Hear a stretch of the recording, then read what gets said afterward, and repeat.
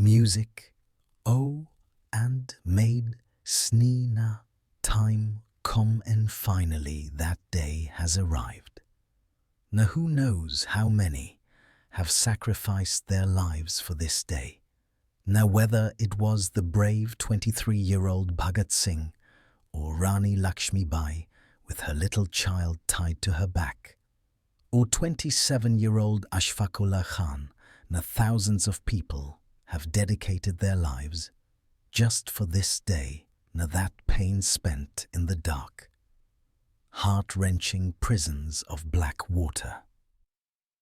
At the stroke of midnight hour, when the world sleeps, India will awake to life and freedom.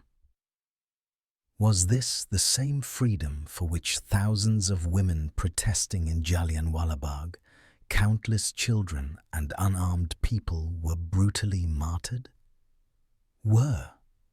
Was this the same freedom for which thousands of women, voiceless children and unarmed people were brutally martyred in Jallianwala Bagh? This was by no means the freedom people had been dreaming of for countless years. Applause. Music. You are free. Stay free. We were overjoyed across all of Pakistan, thinking that after 200 years of countless sacrifices, we had finally forced the British to flee our country. At last, our homeland would be entirely ours. We were about to be free, but these poor, innocent people were unaware that this freedom, it wasn't the freedom they had imagined. Rather, this freedom would wipe out their very existence. This freedom would bring a pain whose wounds might never heal. My mother was hacked to death in front of me with a sword and a gun, and then my brother, was also cut up and thrown away. I still remember it. My soul trembles. It was a new beginning of a century, and they were living as if they had been granted freedom. But our homeland was to be divided into many pieces on the day of June 1947. An announcement is made that was going to change the map of the world forever. Music. A commotion breaks out across the country. Those who until yesterday were happy thinking they could now live freely, by misfortune find their homes full of memories now on the other side of the border. The street where they spent their entire childhood now becomes foreign. Meanwhile, in Delhi, Nehru stands on the Red Fort, hosting the flag of an independent India. On the other side, in Islamabad, Jinnah was hoisting the flag, and between the two, a poor 15 million people were walking the streets hungry and naked. Music. They left their native lands and embarked on a journey that, even 78 years later, will make your skin crawl when you read about it. Everyone was killed. Only one girl survived in that entire train car. She was my aunt's niece. She too fell amidst the piles of corpses, but one question has been troubling me for countless years. Why our country torn to pieces? What was the crime of those 10.15 million innocent people who used to dream every day of the golden dreams of our country's independence? There was no limit to the joy of thinking about what our free country would be like. But for them, this dream of freedom remained just a dream. On the contrary, this freedom snatched everything from them.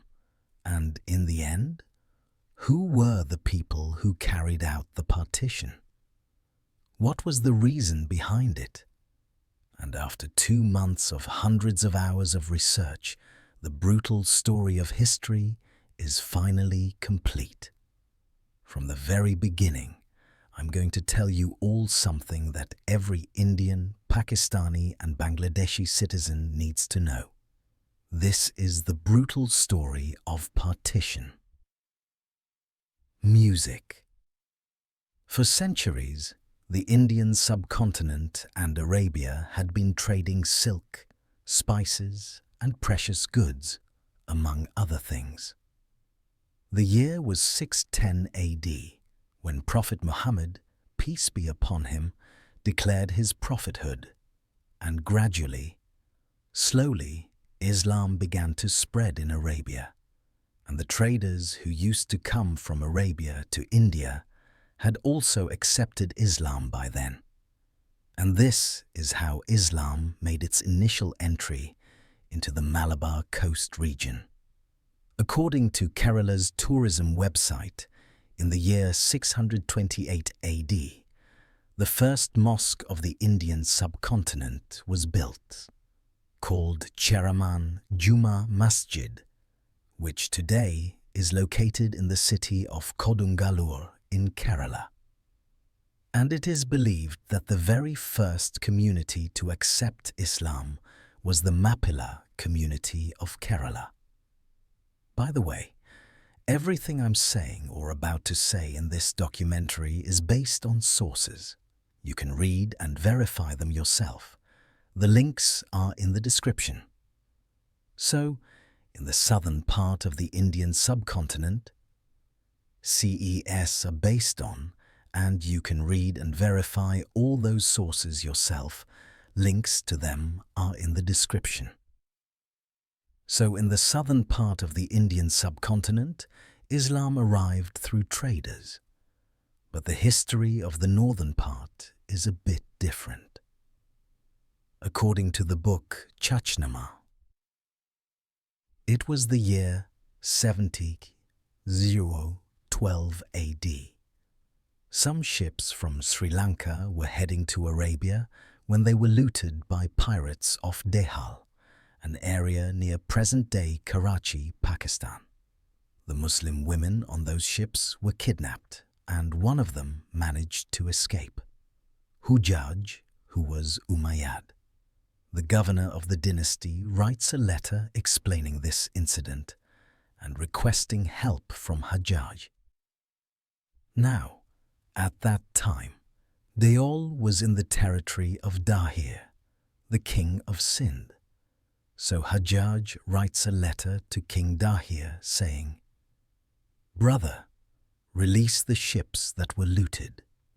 But King Dahir, Hajjaj, he writes in a reply that he has no control over the pirates of Deol, so he can't do anything.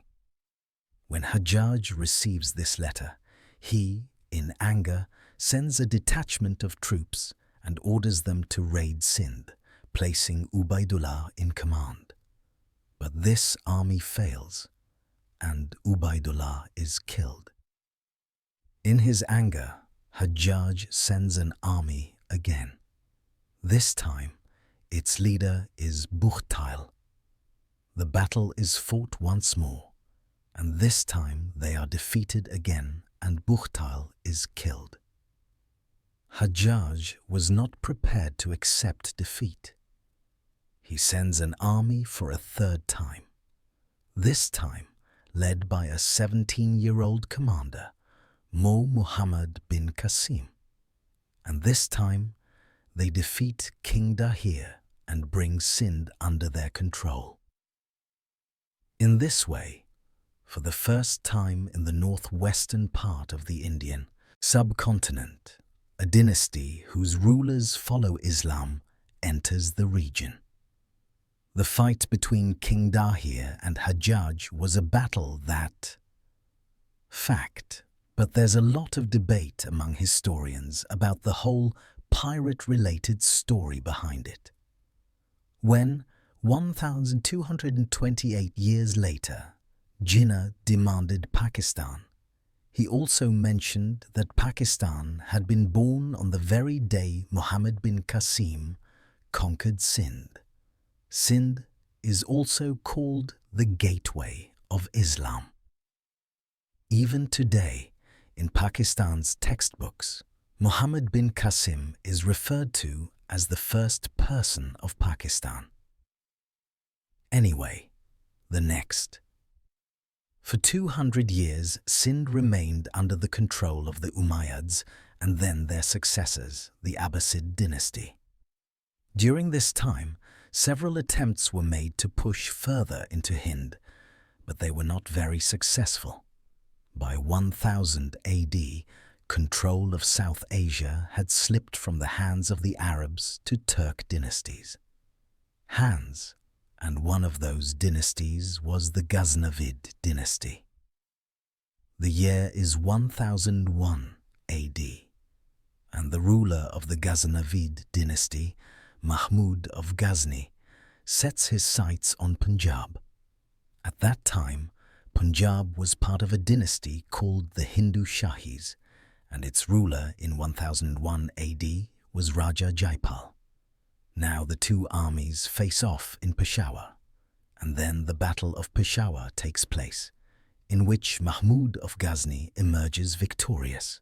In this way, Punjab comes under the control of a dynasty whose ruler was a follower of Islam for the first time.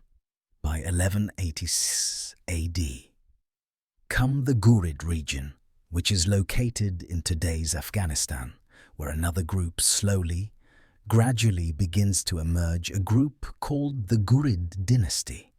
And belonging to this dynasty is Muizuddin Muhammad, whom we know today in Indian history as Muhammad Ghori. In 1186 AD, Muhammad Ghori overthrows Khusrau Malik, the ruler of the Ghaznavid dynasty. In the 13th century, a very powerful empire was rapidly expanding, called the Kajmiyan Empire. Now, if Ghari wants to save its existence, it will have to do something. In this situation, Muhammad Ghori decides that we should now expand into Hind. So Ghori's army captures Bathinda. Shah takes over this territory, which belonged to the Chauhan Empire, and at that time its king was Prithviraj Chauhan. Now Prithviraj Chauhan sets out to fight Ghori's army and take control of Bathinda. Their two armies meet at Tarain, and then the first battle of Tarain takes place, in which Muhammad Ghori is completely defeated. But Prithviraj makes a mistake here. He doesn't kill Muhammad Ghori. A year later, in 1192, Muhammad Ghori returns, and this time the second battle of Tarain is fought on the same field. This time, Muhammad Ghori wins, and thus the rule of such dynasties begins in the heart of India. Muslim dynasties rule the Delhi Sultanate. From 1330 to 1335, under the Tughlaq dynasty, this entire region of Delhi is ruled. In 1206, after Muhammad Ghori's assassination, some of his slaves joined forces to lay the foundation of the Delhi Sultanate. For nearly 300 years, various dynasties ruled. Different Muslim dynasties ruled the Delhi Sultanate. During 1330 to 1335, under the Tughlaq dynasty, this entire region came under the Delhi Sultanate. The year is 1526 AD, and a Turkic prince named Babur sets out with an army of 12,000. When he captures the Delhi Sultanate, he faces the Delhi Sultanate's ruler, Ibrahim Lodi's 100,000-strong army at Panipat. And then the first battle of Panipat is fought, in which Babur emerges victorious, and in the battle about 20,000 to 50,000 of Ibrahim Lodi's troops are killed. And thus Babur establishes the Mughal dynasty, which lasts for about 300 years. So over these 1,000 years, dynasties that followed Islam ruled the Indian subcontinent, providing a foundation for the spread of Islamic culture and ideas across South Asia. And during these 1,000 years, the religion of Islam, it has become so intertwined with India's culture that you'll find many rituals among Indian subcontinent Muslims that closely resemble those of the Hindu community. Rituals you won't find in any other Muslim community in the world. So today, the Muslims you see in India, Pakistan and Bangladesh majority are those whose ancestors were born in this land thousands of years ago, but converted to Islam. Now, as to how and why they converted, people are divided into two groups. One group believes that they are a separate, different dynasty rulers because they were Muslims and they ruled for almost 1,000 years. So slowly, gradually, people began to understand Islamic culture, and Sufi missionaries also got a good opportunity to share their religion. Some converted out of greed for a good position at the court, while others did so because of caste discrimination. And many soldiers who were defeated in battle were made prisoners of war. They converted to avoid their punishment. Meanwhile, one group believes that people were forcibly converted against their will, and if they didn't convert, they were killed.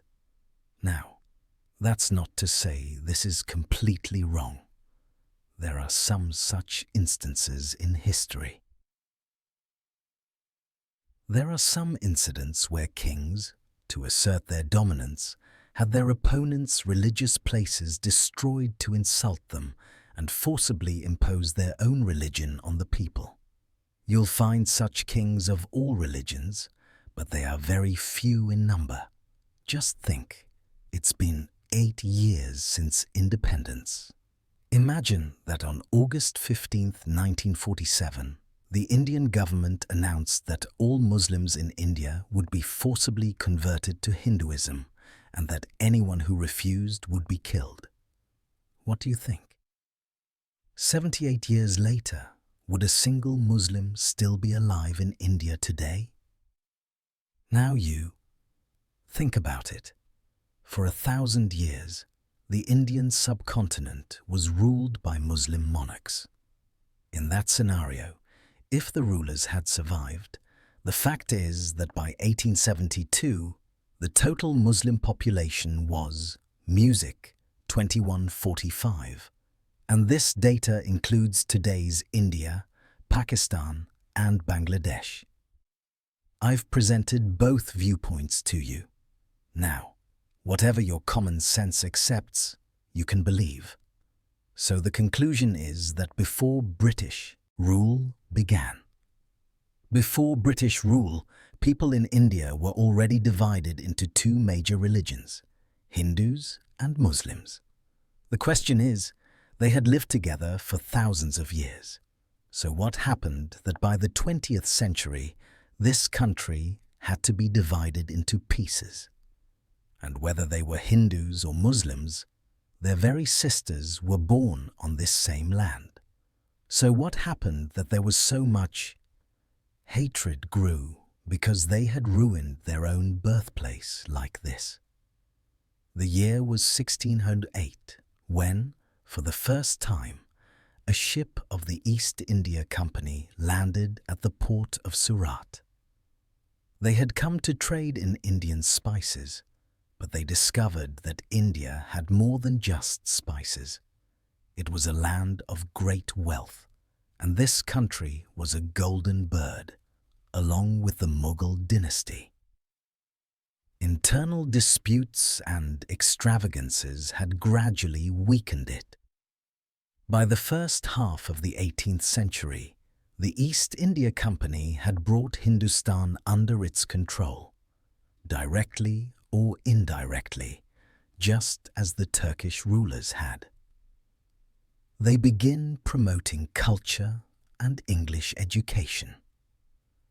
The year 1835 arrives, and Thomas Macaulay introduces the English Education Act, which disrespects Arabic and Sanskrit, and he wanted to create a group of Indians who would look Indian only by their skin, but whose thinking and lifestyle to be just like the English. But in this changing era, India's two major communities accepted it in completely different ways. Many in the Hindu community adopted this change, and just as they had learned the rulers' songs before, they now began learning English. But the Muslim community, which at that time still completely boycott rulership songs, music, and English education, whereas the Hindu community understood English and held good positions in British offices. Good posts. Some people were also taking part in politics, while the Muslim community completely lagged behind, lacking English education, so the government couldn't develop many political leaders that year. Then comes 1857, and the British introduce Western culture, use the doctrine of lapse to seize Indian rulers' lands, and sideline Arabic and Islamic cultures. All these actions taken by the British were filling the hearts of the Indian people with hatred against them, which in 1857 emerged as a revolt. This uprising shook their entire existence. At that time, there were a total of 40,000 British in India, and the revolt reduced their population to 15,000, meaning 6,000 British were killed during the uprising. In this revolt, a very important one thing to note, which proves that by 1857 there wasn't as much hatred between Hindus and Muslims as would be generated over the next 90 years. In this revolt, Hindus and Muslims both joined forces against the British. Even all the Hindu leaders together supported Bahadur Shah II. Choose their own emperor. Bahadur Shah Zafar's accession to the throne sends the message to the British that Muslims are a threat to us. And this revolt also teaches the British government another very important lesson. If they want to rule this country, they must first break their unity. This is the proof we will find later in many of the British's policies and decisions. At that time, a man whose forefathers used to hold very prominent posts in the Mughal court, but seeing the Mughals' sinking ship, began to work within the British government. He was Sir Syed Ahmad Khan. In that same year, he writes a very, very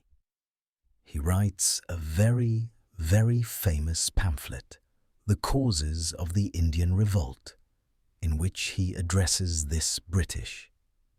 They reject the notion that Muslims are a threat to them and that this revolt was led by Muslim leaders, and they attribute the cause of this revolt to the policies of the British government. Sir Syed Ahmad Khan, during British rule, had understood the backward condition of Muslims. He wanted Muslims to also learn English, Ish and Western education, so that they too could develop, and he did a great deal of work toward that. He also wanted the Muslim community to maintain good relations with the British government. He was a strong supporter of Hindu-Muslim unity. Once he said, "I look to both Hindus and Muslims with the same eye and consider them as my own. We share the same soil and live under the same government, our interests and problems are the same. The same eyes, and consider them as my own eyes. We Hindus and Muslims are on the same soil and under the same government. Our interests and problems are common, and therefore I consider the two factions as one nation. But he was unaware that a few years later he himself would be the complete opposite of this. They were offering peace, but what was going to happen in a few years that would completely change their opinion? Let's find out. The year arrives. Music, 18720. People were Hindus, and 21.45% were Muslims. Now this census data created a stir within both communities. Muslims began to feel that our population was 1/3, not even 1/3. On one hand, they were already far behind because they couldn't adopt English education, and on the other hand, their numbers were also very small in terms of population.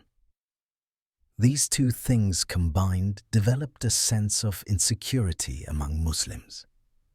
Meanwhile, Hindus began to feel that the number of Muslims had increased significantly, and this was also a fact, that the majority of them were descendants of former Hindus.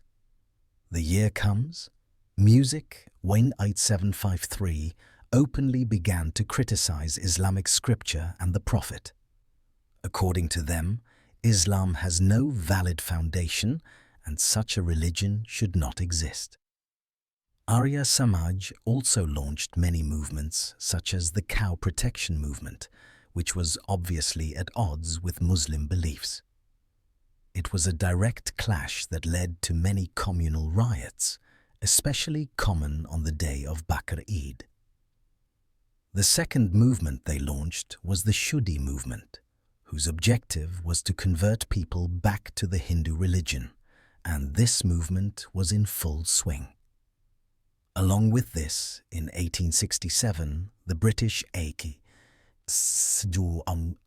demand also arose regarding the British government's official language that Urdu be replaced with Hindi. Because of all these incidents, Muslims who were already disadvantaged in education, because they were being left behind, neither holding government posts nor represented in the population, an insecurity was already developing. All these actions by the Arya Samaj turned that insecurity into a conviction. Muslims begin to feel that a conspiracy is being hatched to wipe out their religion.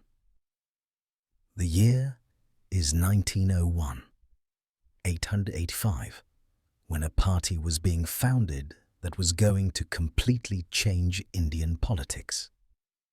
This party was the Indian National Congress, which called itself a national party, representing all the people of Hindustan. But because most of its leaders were Hindu, this again fueled the insecurity that was building among Muslims and strengthens it. The result of all this is the historic speech given by Sir Syed Ahmad Khan in Meerut in 1888. The second thing is this: some are joining the Congress, and by increasing the power of the Hindus, they will completely unite them. And in this same speech, he says, now suppose that all the English and the entire English army were to leave India, taking with them all the cannons and the splendid weapons and everything. Then who would be the rulers of the nations, the Mohammedans and the Hindus? To hope that they, to both remain equal, is to desire the impossible and the inconceivable. This speech was later to become the basis for the formation of Pakistan. Here it is necessary to mention another speech he delivered in Lucknow, because the Congress had demanded that some members of the Viceroy's Council be elected by the people. We can proceed to the next section. By mathematics, that there would be 4 votes for the Hindus to every 1 vote for the Mohammedans. And now, how could the Mohammedan guard his interest? It would be like a game of dice, in which one man had 4 dice and the other only 1. Sir Syed Ahmad Khan.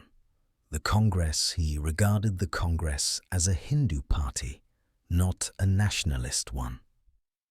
From 1857 until his death, he did a great deal to spread education, and the foundation of what is now Aligarh Muslim University was laid by Sir Syed Ahmad Khan himself through his appeals for donations. The 19th century draws to a close, and now the 20th. The beginning of the 20th century, there were some differences between Hindus and Muslims, but on a broad level, they still remained united. As the 20th century began,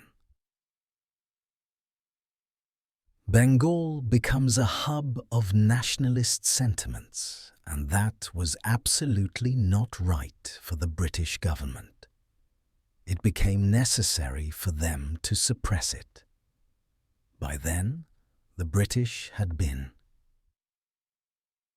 When the opportunity arose, they adopted a divide and rule policy. Sometimes they would support the Hindus on certain issues, which made the Muslim community feel insecure. Other times they would support the Muslims, and the Hindu community would feel insecure. And this insecurity was sowing the seeds of hatred between Hindus and Muslims. But now, the British had to devise a plan that would create enmity between the two, so that these people would keep fighting among themselves, and I could rule in comfort. The year is 1903, when the British play the master stroke of their divide and rule policy. It is announced that the government is planning to divide Bengal into 2 parts. In the eastern part, Muslims will be in the majority, and in the western part will be a Hindu majority. When this news reaches the people, everyone, whether Hindu or Muslim, turns against the partition. The British then realize that the plan has backfired. Instead of dividing them, this decision has only united them further. It is only in February 1904 that the Viceroy of India, Lord Curzon, he himself goes to the Muslim majority area of East Bengal, delivers a long speech, and says everything he can to present himself as the Messiah of the Muslims.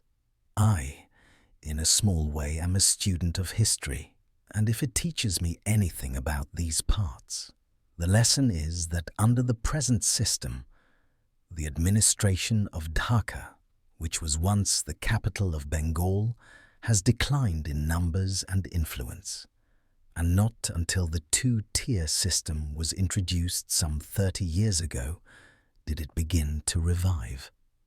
It doesn't stop there. He goes on to say, there is no need for fear and public. The end is that it goes to the people, the district, political strength and super-cultured prop in the pro-socked East, Ben WT. They know that the El Musin key, and after that comes a great and intestine-like advantage from the fear of being tied onto the tail of the long and bar-covered ass. Isn't it transparent, gentlemen? You must be the head and heart of any such new orgasm, eyed of the actress.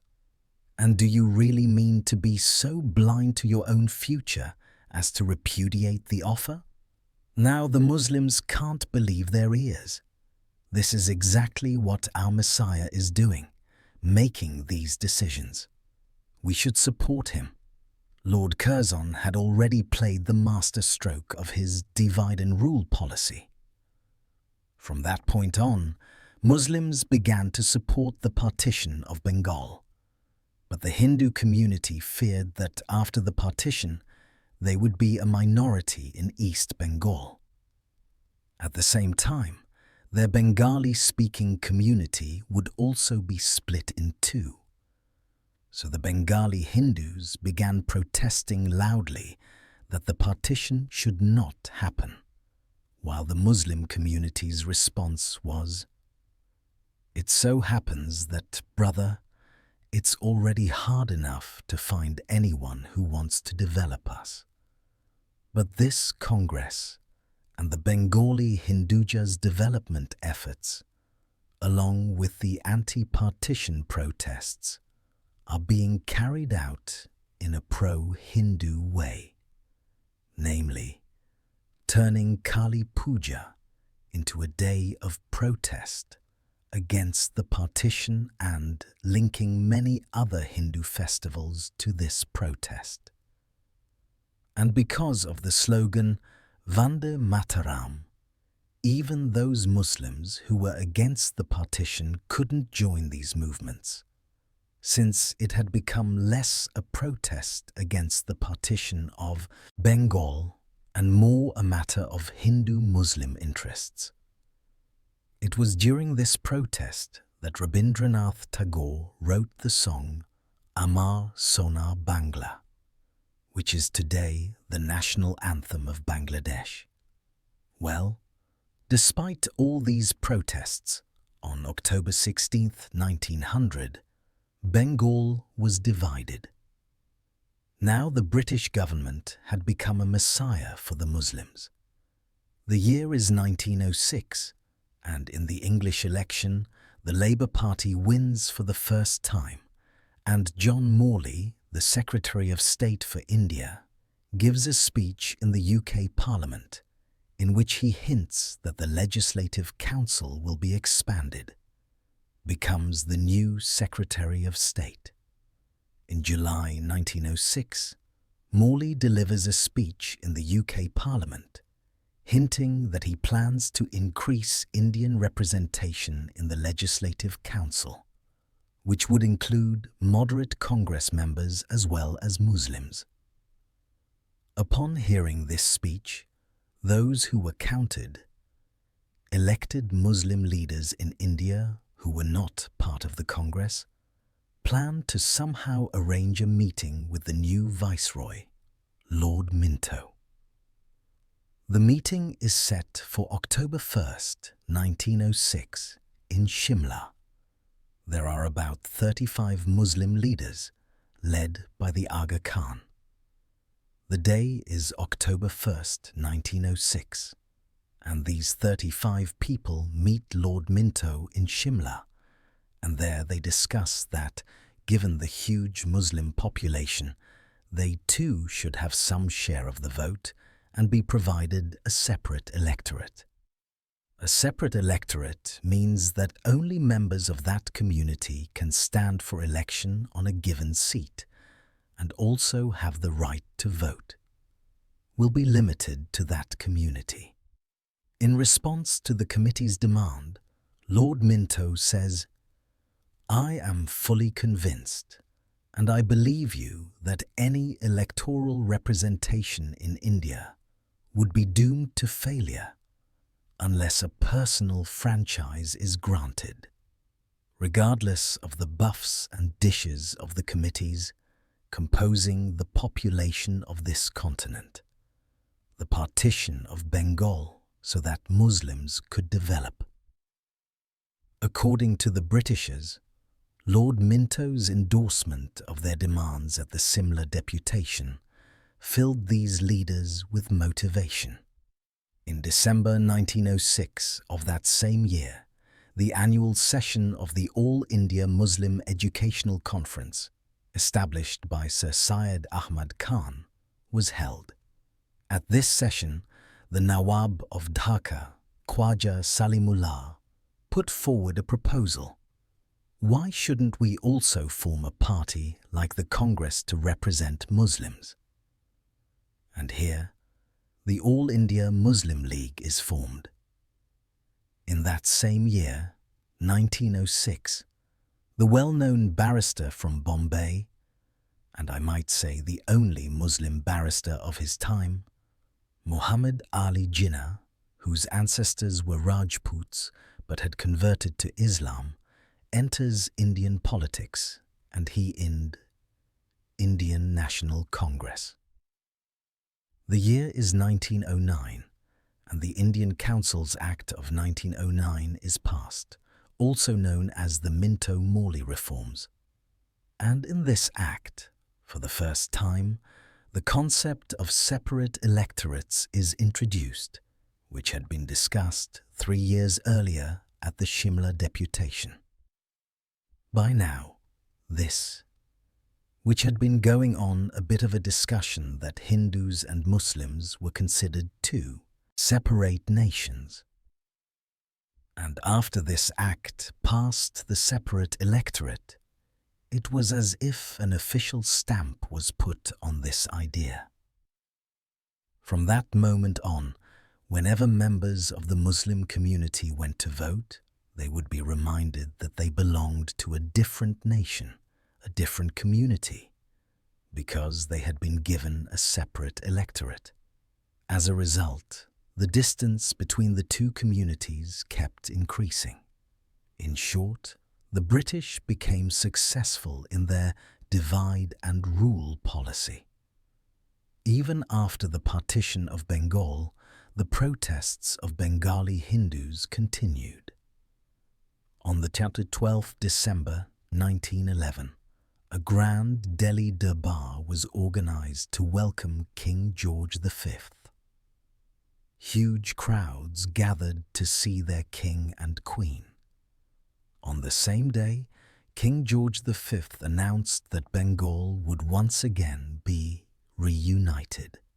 For the Bengali Hindus, this was a day of celebration because their protest had finally worked.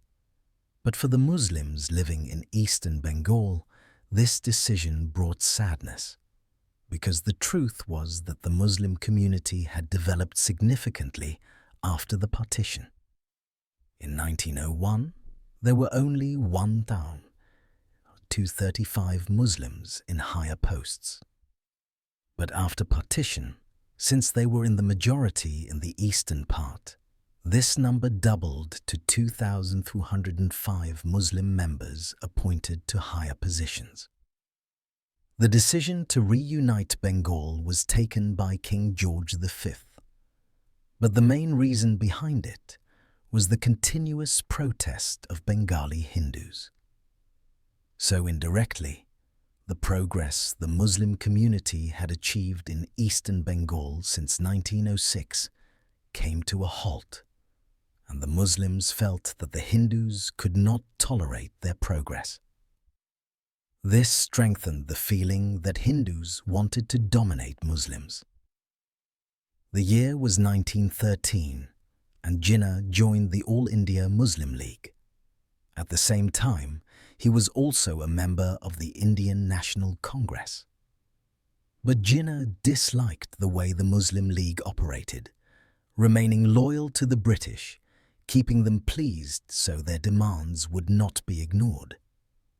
After joining the League, Jinnah's main mission became to bring both parties onto a common platform and reduce the growing distance between Hindus and Muslims. Gopal Krishna Gokhale, one of the greatest freedom fighters, whom both Gandhi and Jinnah considered their political mentor, once said, "Jinnah has true substance in him, and the freedom from all sectarian prejudice that will make him the best ambassador of Hindu-Muslim unity."